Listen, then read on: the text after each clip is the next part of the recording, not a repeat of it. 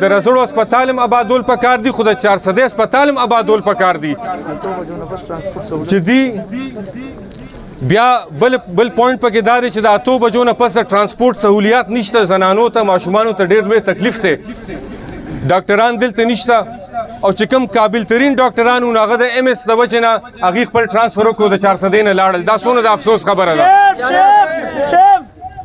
عزتمندو زه دا هیلث منسټر ته دا وایم او صوبایي حکومت ته دا چې بجای تاسو داسې حرکتونه کوي د خپل مرزي یو سړی مسلط کوي نو تاسو 400 هسپتال لپاره د سي ټي سکین هم ولې نه کوي چې کله یو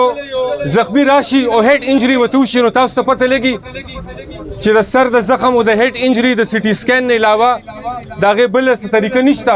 د معلومولو. نو 400 هسپتال خدا حل دی، د صوبایي حکومت دا حل دی چې د خپل مرزي سړی راوسو سي ټي سکین پورې سہولیات نشته.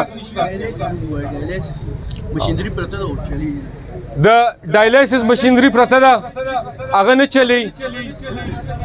الټراساوند دلته نه کیږي، خو د دې شاته یو ډېره لویه منصوبه ده هغه هم زه تاسو ته نن ښکاره کومه.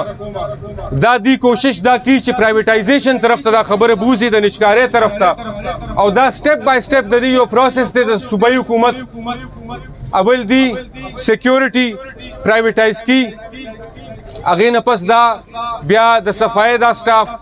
بیا رو دا ایکس ری، دا څونه چې سهولیات دي چې دا پرایویټایز شي نجکارۍ طرف ته لاړ شي نو د دې ریټونه به ډېر بره لاړ شي. نو زمونږ 400 خلکو ته به نور هم ډېر لوی تکلیف وي، خدای دې نه کړي. نو موږ داسې قسمه اقداماتو سخت مذمت کوو. موږ د صحافیانو وروڼو سره چې کوم زیاتې وشو د هغې سخت مذمت کوو او د ډي سي صاحب نه دا اپیل کوو ځکه چې ډي سي صاحب یو ډېر ښه سړی دی، ډېر ایماندار افسر دی. ډي سي صاحب نه دا اپیل کوو چې فوري طور د دا MS معطل شي او د 400 خلکو ته چې څونه تکلیف رسېدلی دی په دې وخت کې نو د هغې د ازالو شي او د 400 DHQ هسپتال د آباد شي. دلته د ویمنز او چلډرن د ماشومانو او د ګایني دا واردونه د یو ځل بیا بحال شي. دلته د سي ټي سکین سهولیات ورکړي شي، دلته د الټراساوند سهولیات ورکړي شي، دلته د ډایلیسس د ماشینونه چې کوم هسې راغلي دي خراب به شي، نو تاوان پې شوی دی دا د اکټیویټ شي. زه یو ځل بیا ستاسو ټولو شکریه ادا کوم. مونږ به انشاءالله تعالی دا احتجاج چې څو پورې ستاسو د محمدزی یونین اف جرنلسټ او دین علاوه چې کوم دلته صحافیان وروڼه موجود دي دی چې کله پورې دا احتجاج جاری ساتي نو انشاءالله زه به دې سره ښه کلک ولاړ یم، زما ملګري به دې سره کلک ولاړي، زما جماعت هم دې سره کلک ولاړي. زه یو ځل بیا د سیویل سوسایټي د صحافیانو وروڼو دلته د نورو پارټو چې کوم ملګري او مشران راغلي دي د هغې هم ډېره شکریه ادا کوم. په شریکه به انشاءالله د 400 ضلعې چې کومه ایش وي په شریکه به راپاسو او انشاءالله په دې کې به خپل یو کردار ادا کړو، یو متحرک کردار به ادا کړو. ډېره مننه، ډېره مهرباني. بسم الله الرحمن الرحیم. زما د 400 ډېرو عزتمندو د محمدزی پریس والا ملګري مشران د شب قدر نه چې څونه مېلمانه ملګري د پریس راغلي دي زه د هغوی شکریه ادا کوم او دلته چې څونه ملګري زمونږ په ذاتي حیثیت کې راغلي دي او په دې احتجاج کې شرکت وکړو نو زه به دعا وکړم چې خدای وله ډېر لوی اجر ورکړي. عزتمندو دا احتجاج زما په خیال د ډېرو ورځو راسې شروع دی، خو زما زه په دې اریان یم چې آخر دا صحافیان وروڼه په دې معاشره کې د ټولو نه زیات پوهې کسان وي. نو آیا د دې پوهې کسانو دې رویې ته دوی په کم نظر ګوري؟ د 400 انتظامیه او بیا د اسپتال انتظامیه دا اسپتال خو زما په خیال پکار ده چې د دې حکومت په دې 9 کالو کې دوی ټیک کړی وي، خو دا د خدای ډېر لوی احسان دی چې 9 کاله په دې ملک باندې د تورو سپینو باچه وکړه، خو لیکن اوسه پورې زما په خیال په دې اسپتال کې هېڅ بدلون را نه وسته. الټه دلته یو سړی راوستی دی ما ته بعضې خلک وایي د ده خلاف خبرې وکړه ما ورته وایي د ده خلاف خو د چارسدې هر یو زنانه هر یو بچی هر یو سړی لګیا دی هر یو اداره د ده خلاف لګیا ده خو پته نه لګي چې ده کې څه خواږه دي چې د دې د سپینو تورو د واکدارانو ته ډېر خوږ دی خو څه به پکې خامخا ملګرو اوس راته د نسبت یو څو ملګرو ټیلیفون وکړو چې یاره زمونږ ماشوم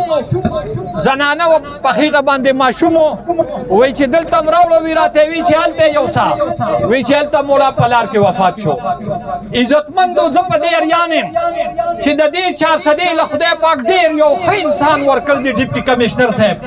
یو ډېر پاک انسان دی یو ډېر ښه انسان دی خو زه ولې ګڼم چې د ده څه مجبوري ده زما د دې کمیشنر صاحب څه مجبوري ده چې دوی مطلب دا دی دې سړي له دونه ډیل ورکړی دی چې هغه یعنی ما په مشرانو کې د ما 14 کاله وشو په دې سیاسي میدان کې د چارسدې د خلکو دپاره اواز کې خو ما داسې بدتمیزه انسان نه دی لیدلی چې د هغه دا طریقه وي هر څه دی غلطي خو لیکن خپله رویه دی خلکو سره ټیک ساتي خلکو سره دا صحافیان مړه خو د خلکو تکلیفات بیانوي د خلکو د مسلو د حل دپاره په میدان کې دي نور خو تاسو ته معلوم دي که په دې تحصیل کې چا ګټلې ده هغه خلک هم او که په دې صوبه کې چا ګټلې ده هغه خلک هم او که په دې مرکز کې چا ګټلې دي هغه خلک هم د دې غریبو خلکو آواز نه اوچتوي صرف یو صحافیان نن سبا ژوندي دي او دا مسلې اوچتوي نو پکار دا دي چې دا رفاقت الله یا علب خان شیرپو یا فیض محمد یا رضا شاه یا فراد الله یا زما خسته رحمان روډ دا یوازې نه دي دې سره د چارسدې ټول خلک دي د چارسدې ټولې پارټۍ دي زه د محمدزی جرنلسټ صدر صاحب ته دا ویم چې تا خدای خوشحاله ساته درنو کا ټولې پارټۍ راوغواړه د ټولو پارټو مشران راوغواړه کښېنوه اله به پاسو چې تر څو پورې دې حکومت دا مسله نه حل کړې او دا سړی د دې چارسدې نه لر کړي نه عزتمندو موږ د هر چا سختۍ منلي دي او منو یې خو لیکن په رویه کې به فرق ساتي پیغمبر علیه الصلاة والسلام همیشه د دې تبلیغ کړی دی چې چا سره خبره کوئ نو ډېره خشته او ډېره پسته خبره به کوئ لیکن عزتمندو مشرانو او ملګرو ډېر د افسوس خبره ده چې داسې یو انسان یې دلته راوستی دی کېنولی دی اوسه پورې موږ نه راوتو خو انشاءالله د نن نه پس به موږ د صحافیانو په شا باندې د هر قسم قربانو ته انشاءالله تیار یو الله هم خوشحاله ساته د احتجاج شروع دی دا د شبقدر دا د چارسدې نه دا د ټولې ضلعې د صحافیانو یوازې یو احتجاج دی د شبقدر ټول صحافیان د محمدزی یونین اف جرنلسټ او د نورو ملګرو سره شانه به شانه ولاړ دي انشاءالله تر څو پورې چې تر دوی احتجاج جاري د شبقدر صحافیان به ټول همدلته ناست دي د دې ځای نه به نه ځي دا نن چې کوم احتجاج شروع دی دا یوازې صحافیانو احتجاج نه دی دا د ضلع چارسدې د 22 لکو عوامو یو آواز دی کم صحافیان چې راپاڅېدي علب خان شیرپو د هغه ملګري فیض محمد خان دي دوی د عوامو لپاره راپاڅېدلي دي نن چې کوم دلته کې زمونږ ام اس صاحب ځان یزید جوړ کړی دی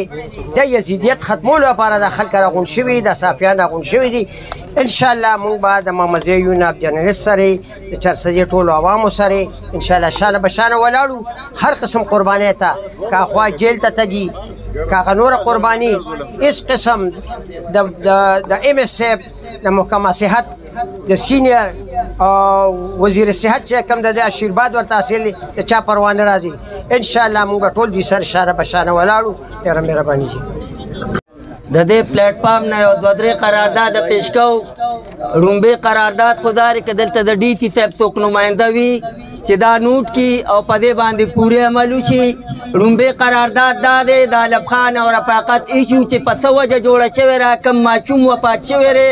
د هغې ماشوم باره کې د ډي سي صاحب پورې انکوایري مقرر کړي چې هغه کور ومداله و چې کم کور ته چې نقصان رسېدلی دی دویم قرارداد دا دی چې دا رجړ وومن اینډ چلډرن هاسپیټل د په زوړ حالت کې بحال چې مخکې پکې ځان له MSO ځان له یو اداره وه نو هغه په زوړ حالت کې دغه شي او چارسدې له د یو نوی MS ورکړی شي دغسې دریم قرارداد چې کوم دی د اختر په دې 2-4 ورځو کې 6 ماشومان وفات شوي دي نو دلته د ډي سي صاحب د ایماندارۍ د ښه ډیوټۍ خبره کېږي نو دا د هغه په فرایضو کې راځي دا د سټیټ ذمه داري ده چې د دغه ماشومانو هم تپوس چې ولې وفات شوي دي که د غفلت په وجه شوي نو بیا د دغه ایم اس خلاف ترې د دغې ماشومانو د مرګ اف آی آر درج شي دا درې واړه قرارداد تاسو ته منظور دي